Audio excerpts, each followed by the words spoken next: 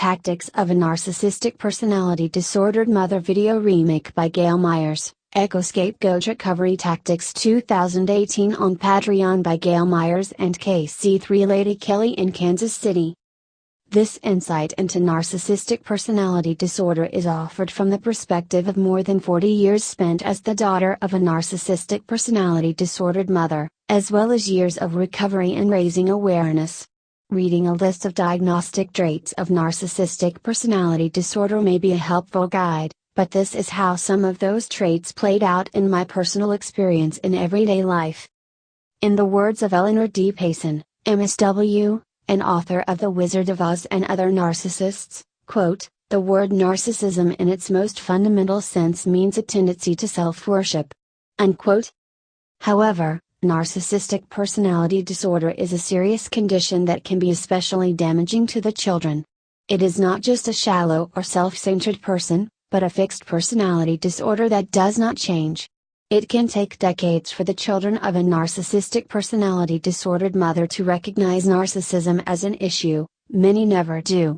One of the goals of Echo Scapegoat Recovery Tactics is to educate the sons and daughters of narcissists about narcissistic tactics in order to facilitate their ability to recognize, name, and articulate their experiences. This video is an overview of the following tactics, using excerpts from the full articles on the topic, which may be referred to for further and more in-depth reading. First, gaslighting is discussed. Martha Stout, Ph.D., provides a good working definition of gaslighting, quote, "Gaslighting is a common practice of abusers who attempt to convince their victims they are defective for any reason such as making the victim more emotional, needy, or dependent. For example, if an abusive person says hurtful things and tries to convince you that you are mentally unstable and starts recommending that you get professional help, you might be in the presence of a gaslighter." Unquote. Next, poisoning the well and slanderous smear campaigns. Poisoning the well, also known as discrediting or smear tactics, definition biologically fallacious. To commit a preemptive ad hominem attack against an opponent. That is, to prime the audience with adverse information about the opponent from the start, in an attempt to make your claim more acceptable or discount the credibility of your opponent's claim. In my experience, the smear campaign is always used by abusers for what they must consider premeditated damage control in anticipation of exposure. Then, narcissistic mother playing the victim while vilifying the true victim is then discussed, followed by scapegoating. A narcissistic mother chronically avoids personal responsibility and accountability, thus the scapegoat child. The scapegoat is the truth teller in the midst of the great pretender's sticky web of secrets, lies, and pretense. Scapegoating is followed by a discussion of a narcissist's silent treatment. The silent treatment is the act of ignoring and excluding a person or group by another person or group. A narcissist often uses the silent treatment to control, punish, test boundaries, and avoid issues and responsibilities. Lastly, a brief introduction to Tactics 2, the quote Christian unquote narcissistic mother, coming soon to Echo Scapegoat Recovery Tactics by Gail Meyers and KC3 Lady Kelly in Kansas City. What is narcissistic personality disorder? Narcissistic personality disorder is an Axis 2 disorder, which are sometimes referred to as the untreatables. These are personality disorders that are generally fixed conditions that do not change. Narcissistic personality disorder is a cluster B personality disorder within the Diagnostic and Statistical Manual 5, which is used by the mental health profession for diagnostic purposes and billing. Cluster B is called the dramatic, emotional, and erratic cluster. Cluster B personality disorders include borderline personality disorder, histrionic personality disorder, narcissistic personality disorder, antisocial personality disorder. The American Psychiatric Association, APA, released the latest version of the Diagnostic and Statistical Manual, DSM-5, in May of 2013. Criteria for diagnosing narcissistic personality disorder includes a pervasive pattern of grandiosity, infantasy and behavior, need for admiration, and lack of empathy, beginning by early childhood and present in a variety of contexts, as indicated by 5, or more, of the following. 1. Has a grandiose sense of self-importance, for example, exaggerates achievements and talents, expects to be recognized as superior without commensurate achievements. 2. Is preoccupied with fantasies of unlimited success, power, brilliance, beauty, or ideal love.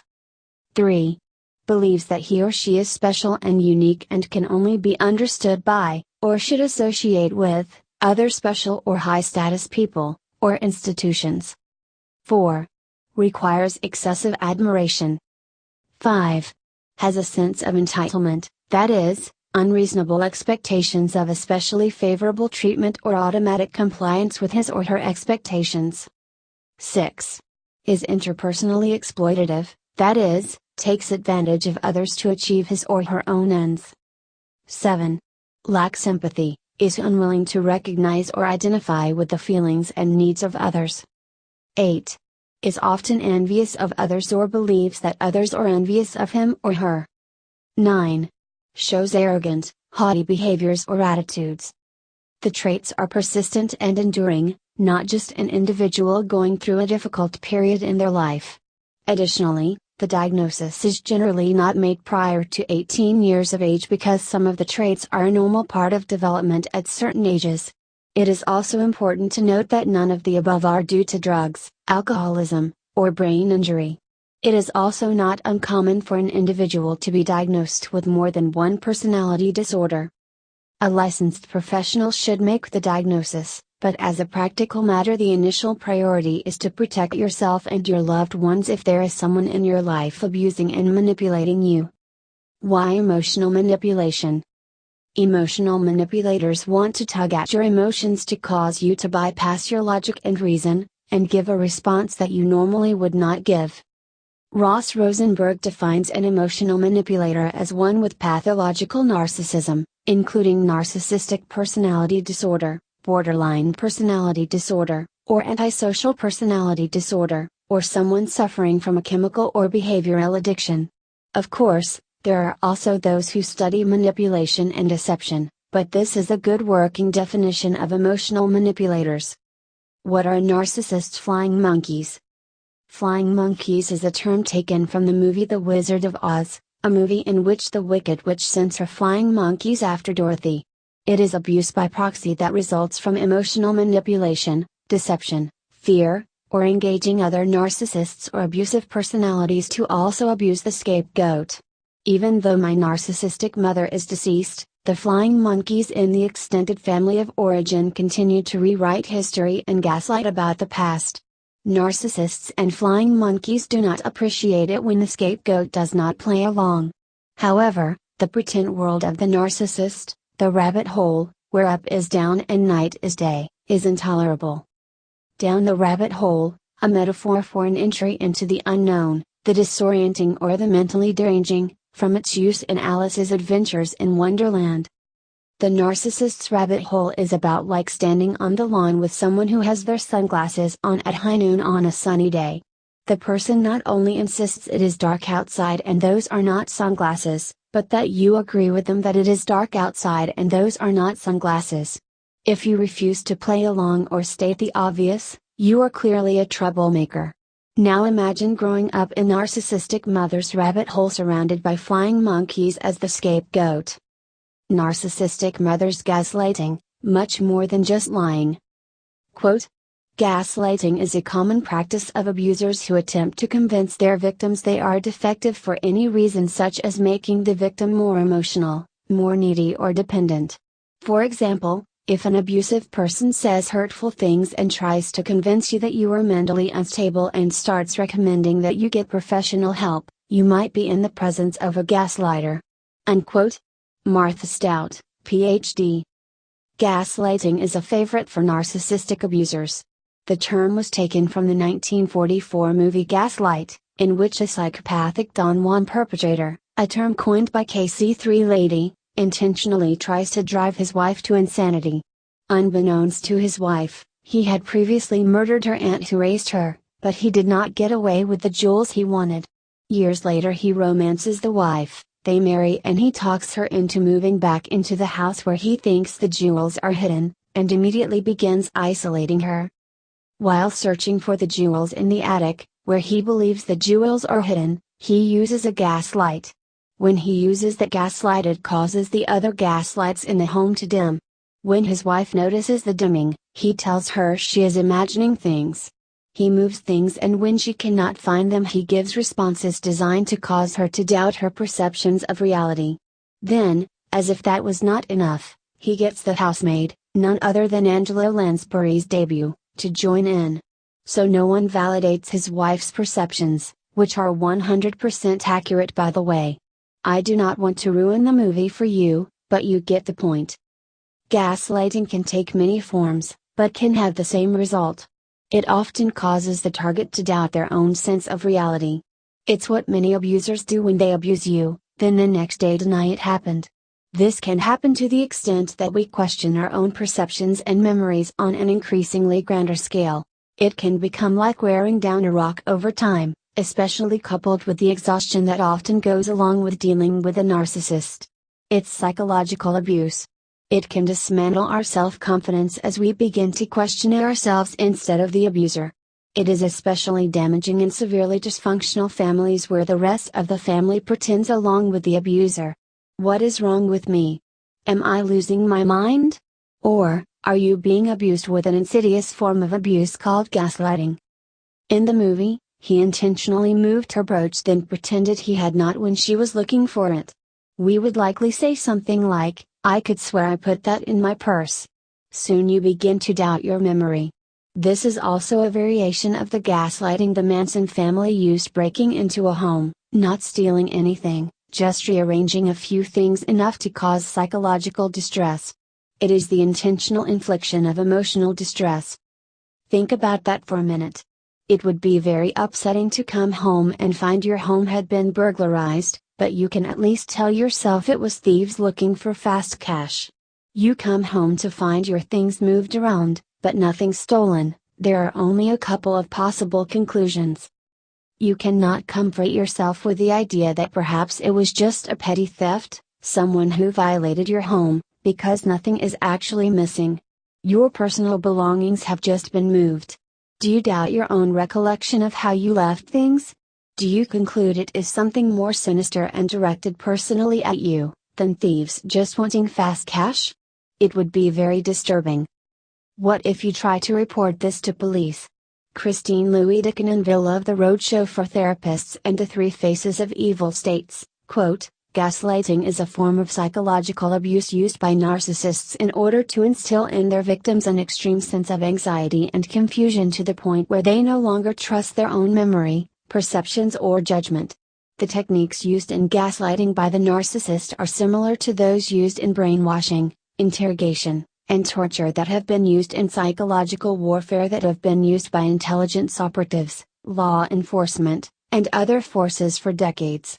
Unquote. Christine Louis Decanonville, The Effect of Gaslighting in Narcissistic Victim Syndrome on the Three Faces of Evil. In dealing with a gaslighting narcissist, just realizing what is going on, that it is not you, and being able to put a name on it, can help you keep your sanity. Gaslighting invalidation also includes rewriting history. Next, the narcissist smear campaigns, slanderous gossip and poisoning the well. In my experience, the smear campaign is always used by abusers for what they consider premeditated damage control in anticipation of exposure. Ideally, if someone has a problem with another person, they go directly to that person to discuss it. However, that's just often not the case in a dysfunctional family. Some people do this without bad intentions because they have not recognized the habit, or if they believe the person will become angry or violent if they communicate directly. However, smear campaigns can be a favorite of manipulative narcissistic mother that can get you in deep before you even realize what is happening. Let's use daughter, mother and aunt as an example. Daughter has done something mother does not like, but instead of going to daughter about it, mother tells aunt about it. Aunt listens to the gossip, then involves herself in the situation, creating the triangulation. The mother's intentions may or may not be bad. It could be an old habit and she may not realize the damage she is doing unless it is pointed out to her. Daughter then does not have the opportunity to address the issue with mother, as well as potentially having her reputation harmed with aunt. However, narcissists are liars, so do not be surprised if narcissistic mother lies about you. A narcissist uses the smear campaign for the same reason any scapegoater does. It would be rather difficult to scapegoat someone without lying. Add to that the idea that a narcissist does not have any real desire to actually be good, but intensely wants to reflect an image of goodness or even perfection. Narcissistic mother in particular generally also wants to control the flow of information, spin it to cast herself in a positive light, but also to cast whomever she is targeting or scapegoating in a negative light. She wants it all and to leave you with nothing and no one. So, her smear campaign is designed to discredit, disparage, isolate and punish you. Poisoning the well, also known as discrediting, smear tactics, is quote, to commit a preemptive ad hominem attack against an opponent.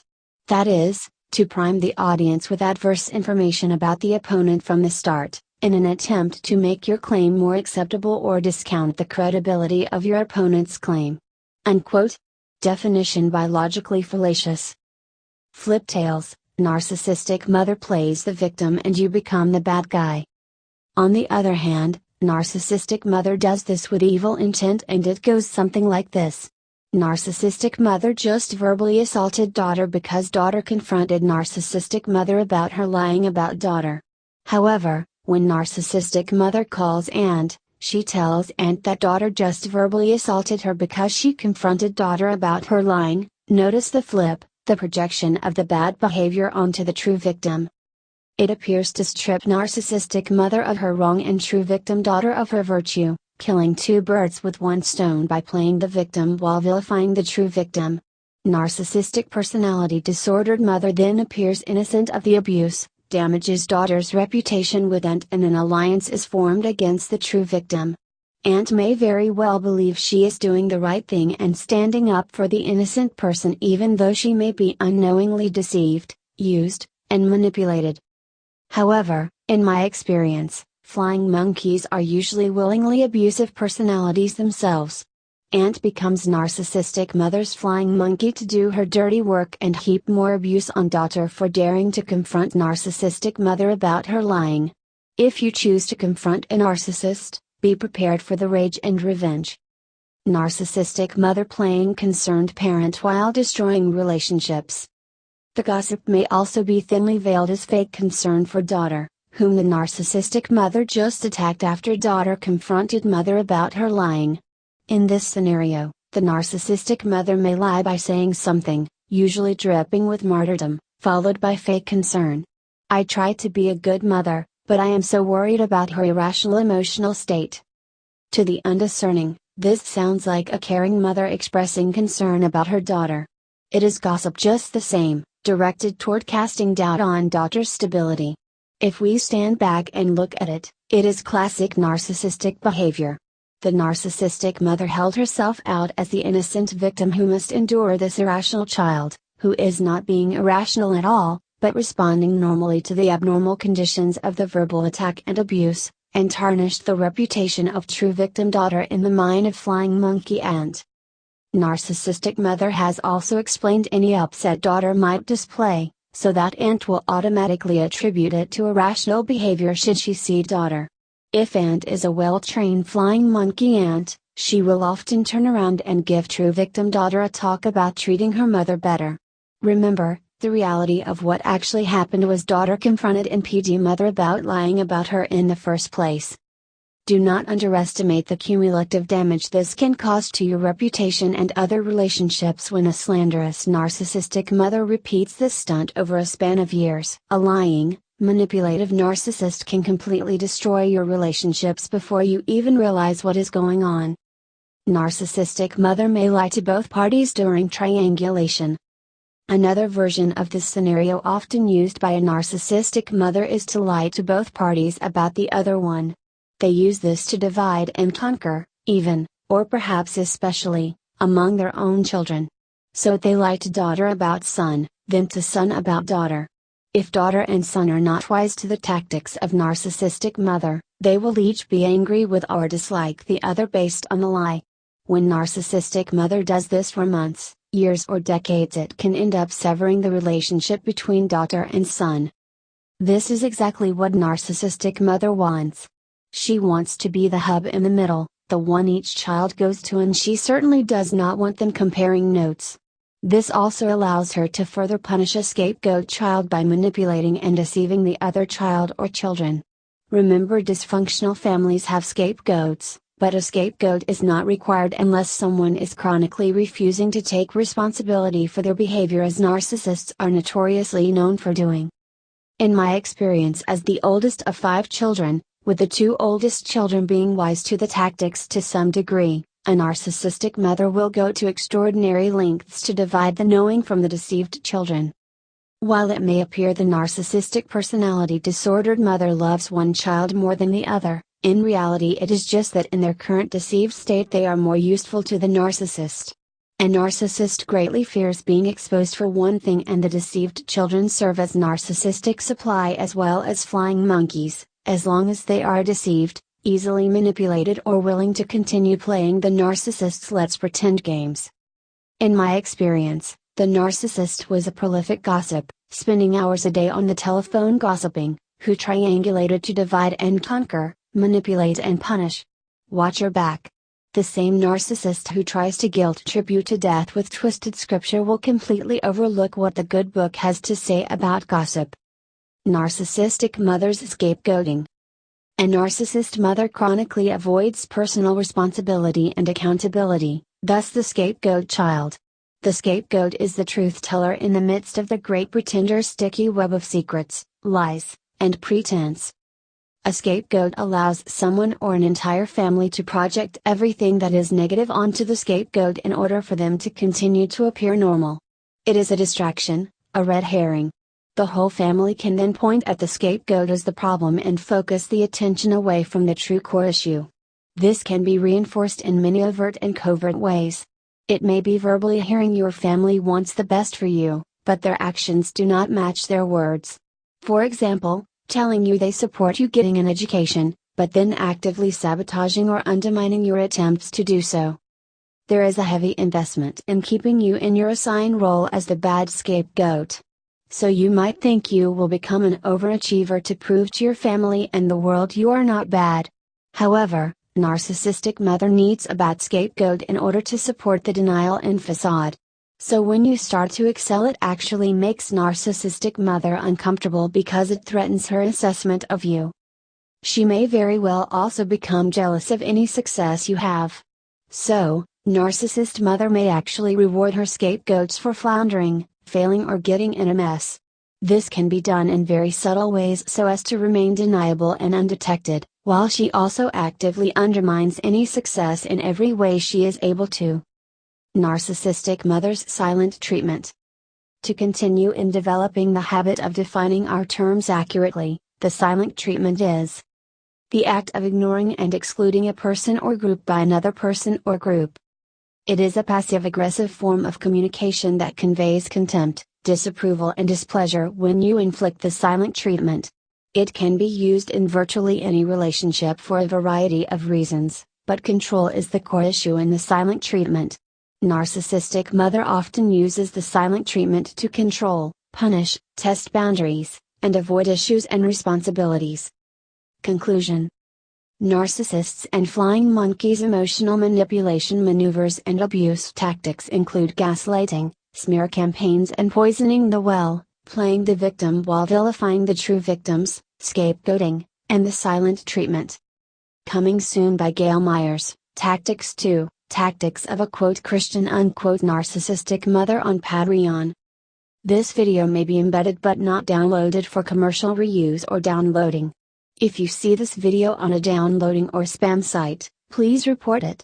Copyright Gail Meyers and KC3 Lady Kelly on Echo Scapegoat Recovery Tactics 2018 in Kansas City. Copyright 2010-18 Gail Meyers. Thank you to Sherrita of Deviant Art for the cover photo.